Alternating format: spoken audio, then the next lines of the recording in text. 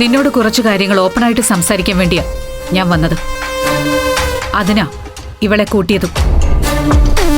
എന്താ അന്ന, നീ എന്താ ഇത്ര ബിൽഡപ്പ് ഒക്കെ ഇട്ട് സംസാരിക്കുന്നത്? കാര്യമുണ്ട്. ഈ വിസ്മയെ പണ്ട് നിനക്ക് പരിചയപ്പെടുത്തി തന്നത് ഞാനാണ്. നിനക്ക് ഓർമ്മ കാണും. ഓർമ്മയുണ്ട്, നീ കാര്യം പറ.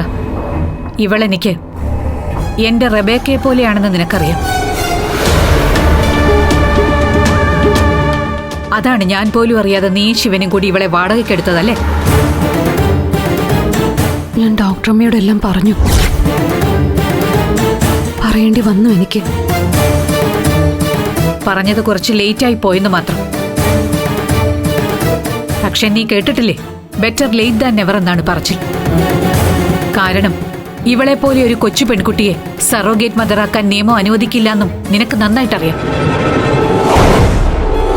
കാശുകൊണ്ട് എന്തും നേടിയെടുക്കാമെന്ന അഹന്തയിലാണ് മകളെ പോലെ കാണേണ്ട ഇവളുടെ ഭാവി തകർത്തുകൊണ്ട് കുറെ കാശ് കൊടുത്ത് നിങ്ങൾ ഇവളെ ട്രാപ്പിലാക്കിയത്. ഇവൾ എന്റെ ബെസ്റ്റ് സ്റ്റുഡന്റ് ആണ്, റബേക്കയുടെ ബെസ്റ്റ് ഫ്രണ്ടും. ഇവളെ ചീറ്റ് ചെയ്യാൻ നീ ശ്രമിച്ചെങ്കിൽ എന്റെ മോളെ നാളെ നീ ചീറ്റ് ചെയ്യുമെന്ന് ഉറപ്പാ. മറ്റുള്ളവരുടെ ലൈഫ് സ്പോയിൽ ചെയ്തിട്ടാണെങ്കിലും സ്വന്തം ലൈഫ് എൻജോയ് ചെയ്യണമെന്നുള്ളത് പണ്ടേയുള്ള നിന്റെ സ്വഭാവം.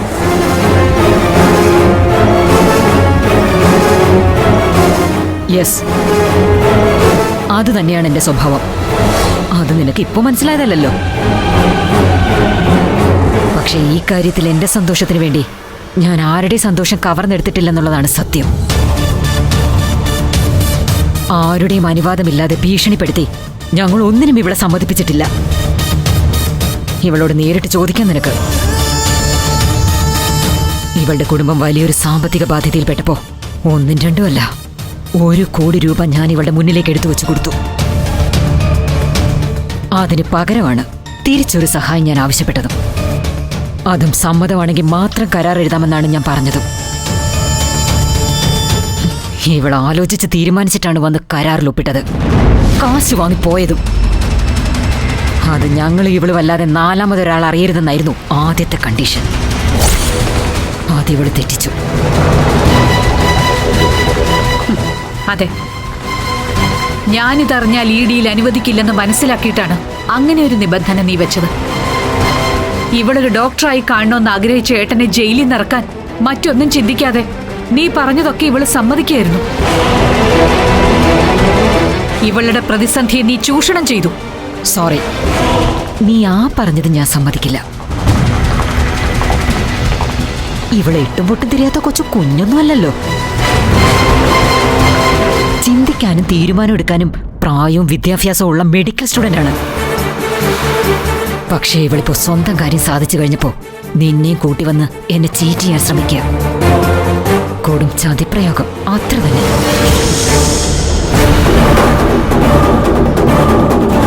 കാശ് വാങ്ങുമ്പോൾ സത്യമായിട്ടും ഞാനൊന്നും ചിന്തിച്ചില്ല മാഡം. ഞാൻ എല്ലാ സംശയങ്ങളും ചോദിക്കുന്ന ഈ ഡോക്ടറമ്മ സ്ഥലത്തില്ലായിരുന്നതുകൊണ്ട് എനിക്കൊന്നും കൂടുതൽ അന്വേഷിക്കാൻ പറ്റിയില്ല. ഇപ്പൊ ഡോക്ടറമ്മ പറഞ്ഞ നിയമമൊക്കെ അറിഞ്ഞപ്പോ ഞാൻ ആ കാശ് തിരിച്ചു തരാൻ റെഡിയാണ്. ശരി, എങ്കിൽ 1 കോടി രൂപ എന്റെ മുന്നിൽ വെക്ക്. എന്നിട്ട് മതി സംസാരം. അയ്യോ, ഇപ്പൊ എന്റെ കയ്യിലില്ലത്.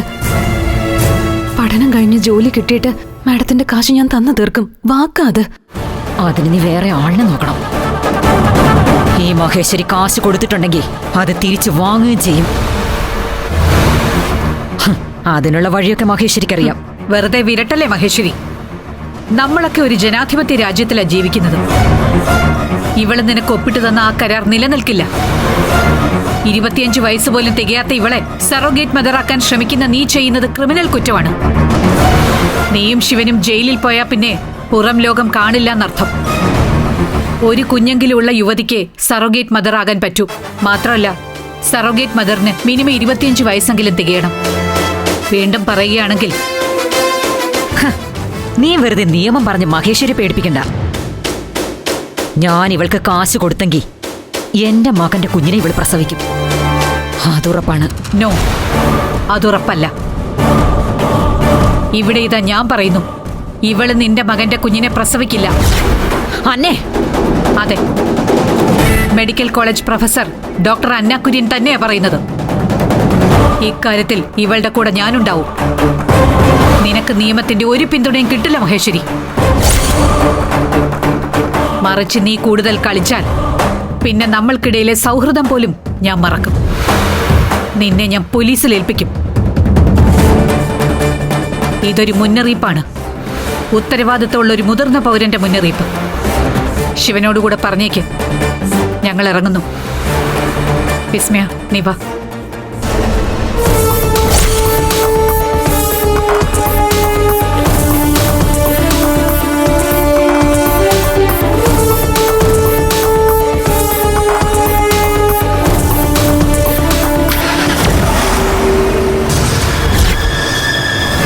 ഫ്ലവേഴ്സ് സ്മാർട്ട് ഷോ ശനി ഞായർ ദിവസങ്ങളിൽ രാത്രി 9:30 ഫ്ലവേഴ്സിൽ.